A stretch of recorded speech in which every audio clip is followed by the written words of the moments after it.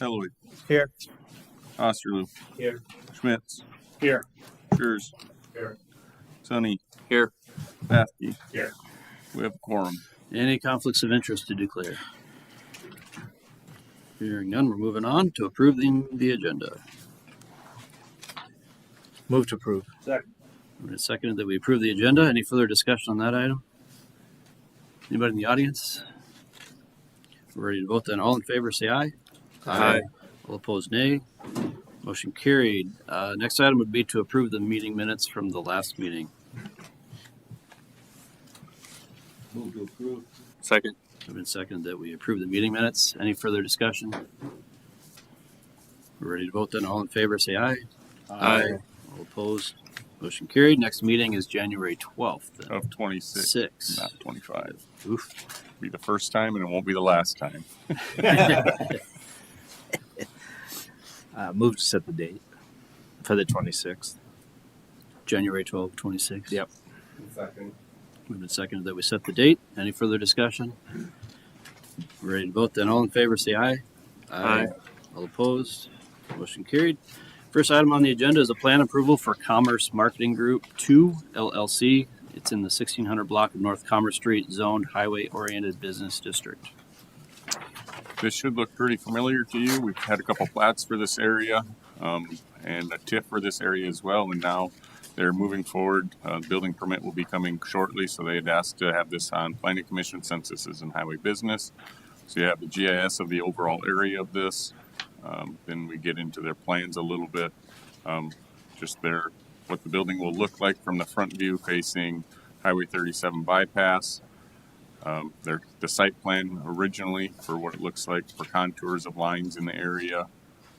Then we get kind of more into a little more detailed for their parking.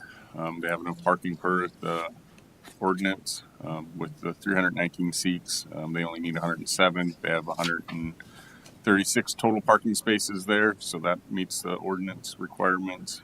Next page has the landscaping. They only need 22 or 23 trees, and on here they have 27 plus, so they meet the landscaping as well for that. They do have a interior site plan. This really isn't necessarily needed, but I just pulled it out of their packet just to give you kind of a layout of how the whole building will be. And then the following page has some 3D renderings for what the building would look like, kind of the materials that will be used to what those will look like as well. I can answer any questions that you have for me, applicants here, if you have any questions for them as well. Any concerns from the city at all? I know Joe's not here, but No. It'll still have to go through the standard building permit process for approvals from civil and everything like that. any questions, comments? Hearing none, we're ready to vote then, or get a motion. Move to approve. Second. Got a first and a second. Any further discussion? Does the owner or the applicant want to add anything? Okay. We are ready to vote then. All in favor, say aye. Aye. All opposed, nay. Motion carried. Next item is a plat for Maui Farms. Legal descriptions in the packet. City of Mitchell, Davidson County. Sits out in Maui Farms Edition. They're following their master plan. It's lot 53. Nothing out of the ordinary with this plat at all. Can answer any questions you have. Applicants here if you have any questions for them. Move to approve. Second, that we approve the plat as presented. Any further discussion? Is there anybody in the audience that wants to address this? All in favor, say aye. Aye. All opposed, nay. Motion carried. Next item is a plat for CJM Consulting. Legal descriptions in the packet.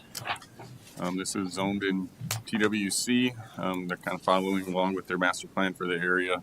As you can see on the plat itself has some existing drainage easements around the area. And then also on lot 5, the different easements that are on this as well for the 20-foot wide and the 25-foot wide easements kind of going around the whole exterior of this property for them to be able to build in the middle of it. I can answer any questions that you have with this as well. applicants here if you have any questions for them too.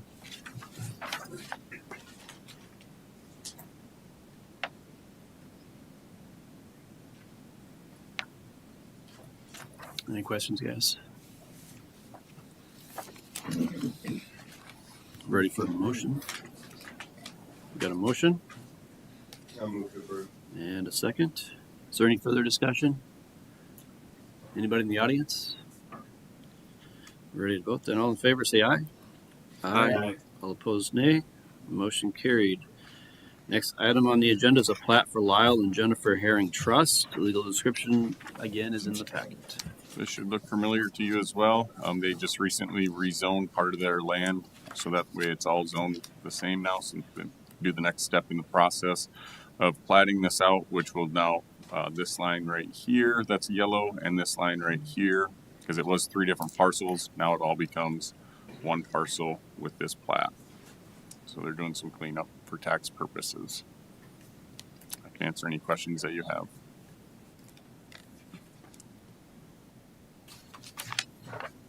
So is this the first one that's going across? And all this, I noticed like in the middle here, you got, must be all trees there now. But Yeah, this it's all is, trees, yep. So this will just be one complete big parcel of 2.29 acres. Before it was broken up into 3 different ones. It was Lot B, Lot 5A, and Lot 5. so you think they're gonna just kind of keep following this situation, or it's, You could see more in the future of this as well, yes. because I was just wondering if somebody come in and bought that or whatever, and is there easements and all that? And The drainage easements that are there still stay with this new plat. If there's any other easements that we don't have, obviously they would have researched at the register of deeds to see if there were any ingress or egress easements, and they would have put them on this plat as well if there were anything. But right now it just becomes one lot for them to have as instead of 3.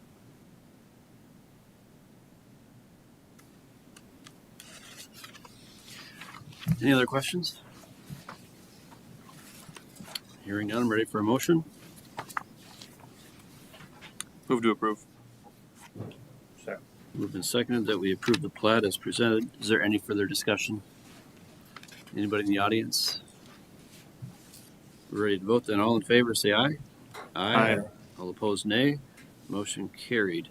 Next item is a plat for Dream Makers LLC and RW LLC. Legal description is in the packet. Currently, there's a couple different lots with this. So Lot C, actually, if you, let's go up to this one. Lot C is this red boundary coming around, and it actually goes through the drainage tract, or what will be Lot D, and comes around. Lot B is this rectangle that goes all the way around, and then Dream Makers owns this piece that comes around and up and in. Because they are going to be deeding this drainage pond to the city, we are creating Lot D, which is owned by RW LLC and Dreammakers LLC. That will vacate this parcel line and this parcel line, and because we're platting it at this time, they're also combining lots B and C into one parcel. So that way that this line goes away as well. There was on the plat itself, the preliminary, which is right here, has a 10-foot easement. The city has actually requested a 20.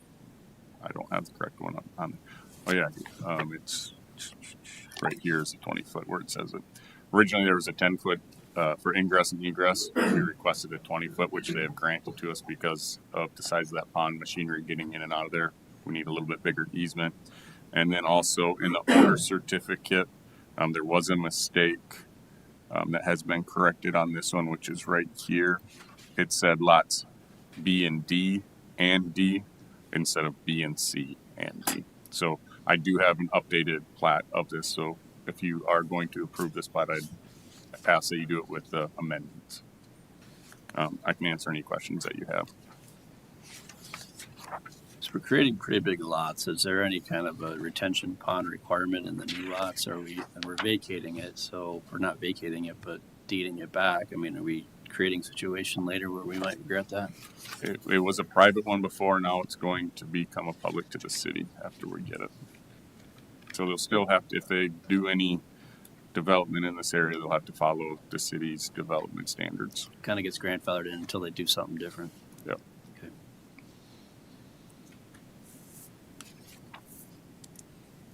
Any questions, guys? Comments?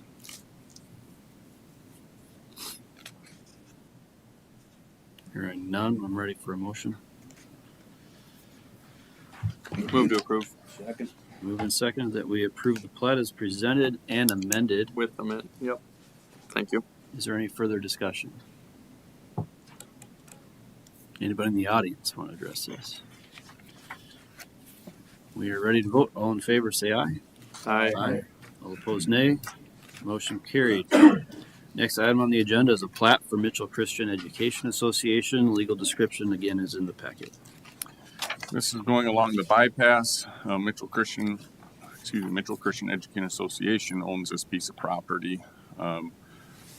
They are working with the state right now, as is the city, for sidewalk along the bypass, and this is part of that project.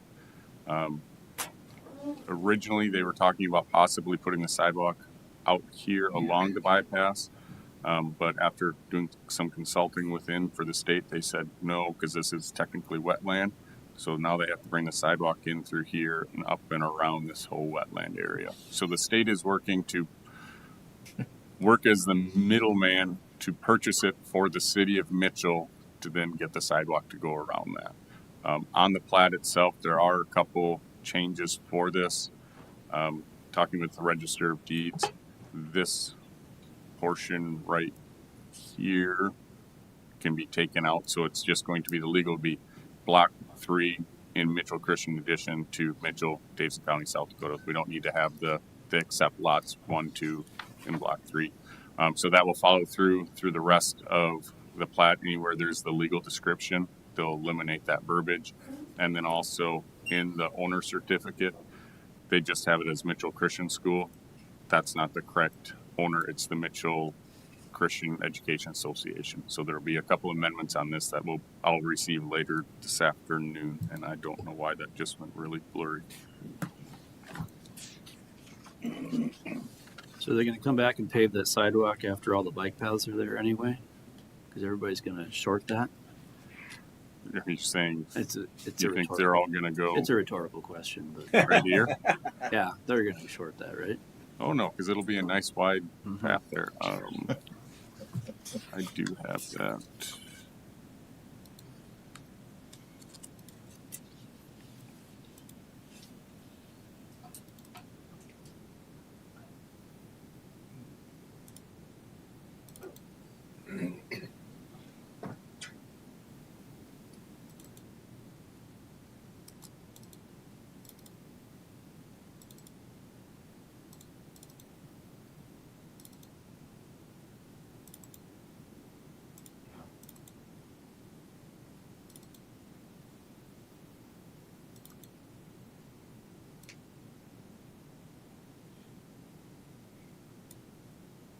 That's how the sidewalk will be going around there.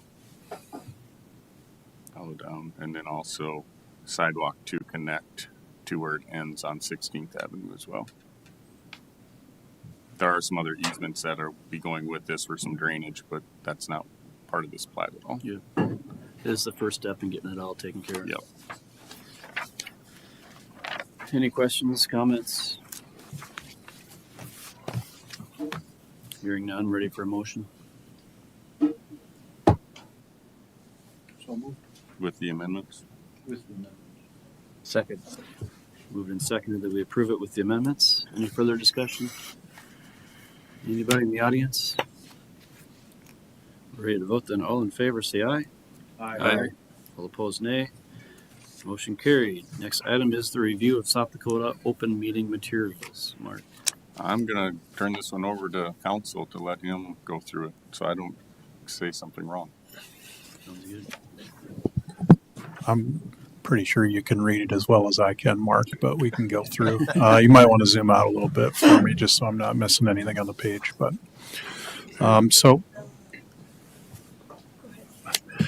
And due to changes in the state, changes made in the state legislature last year, it's now a requirement to review these on an annual basis for any South Dakota public bodies. So that's why we're here today. Council's previously done or reviewed this presentation and the Attorney General materials, and we'll just kind of walk through them here today. So basics here: South Dakota political subdivisions exercising sovereign power are required to follow the state's open meetings laws. Includes ensuring official meetings are open to the public, providing adequate notice to the public of meetings, and allowing public comment periods at official meetings. We're going to highlight common issues, but we're not going to cover the entire open meetings laws. And if there are additional questions or for more detail, we can check the Attorney General's office brochure, which has more detail in that. So who must follow open meeting laws? That is all political subdivisions of South Dakota which exercise sovereign power. And that means that any public body of the city that has the authority to exercise sovereign power, such as implementing taxes, creating regulations, imposing penalties, etc., then must comply with the open meetings laws. And obviously, because you're getting this presentation, you fall under that. Public bodies that are advisory only are not required to comply with the open meetings laws. Each public body of the city has the authority to exercise sovereign power, must review these on an annual basis, like I said. What are open meetings? Open meetings include all official meetings of the political subdivision. This is when a quorum of members are present and official business or public policy of the body is discussed or decided. Open meetings include in-person meetings, but can also include teleconferences, group texts, group emails that include a quorum, where official business or public policy of the political subdivision is discussed or decided. How is the public notified? Generally, a political subdivision is required to post a notice for an official meeting at least 24 hours in advance. Less than 24 hours notice is permitted under certain circumstances, but as much notice as possible should still be provided. The notice must include the date, time, and location of the meeting and the items proposed to be discussed. The notice must be posted at the political subdivision's principal office and on its official website. It must also be delivered to all local news media that have asked to be notified. Political subdivision is required to provide meeting materials on its website at least 24 hours in advance or when the materials are provided to board members, whichever is later. And how can the public participate? Public is entitled to attend open meetings and may record the meetings if the recording is reasonable, obvious, and not disruptive. The political subdivision must also allow public comment at official meetings, except for those held exclusively for certain purposes. We're not going to get into the details on that. Political subdivision may limit public comment as to the time allowed for each topic and as to the total time allowed for public comment. Public is not entitled to attend or participate in political subdivisions' executive sessions. When can a meeting be closed? Political subdivision can hold private executive sessions that are closed to the public and media. South Dakota Codified Law 1-25-2 provides several categories of discussions that may be done in executive session. And executive session may also be held when the federal or state constitution or federal or state statutes require or permit it. To enter executive session, the political subdivision must make a motion to enter executive session and cite the statute that applies to the discussions that will be held. Discussions in executive session are limited to the cited statute. No action may be taken during executive session. Any action to be taken relative to matters discussed in executive session must be done once the political subdivision has returned to open session. And that's all that we're going to get into for the purposes of this presentation.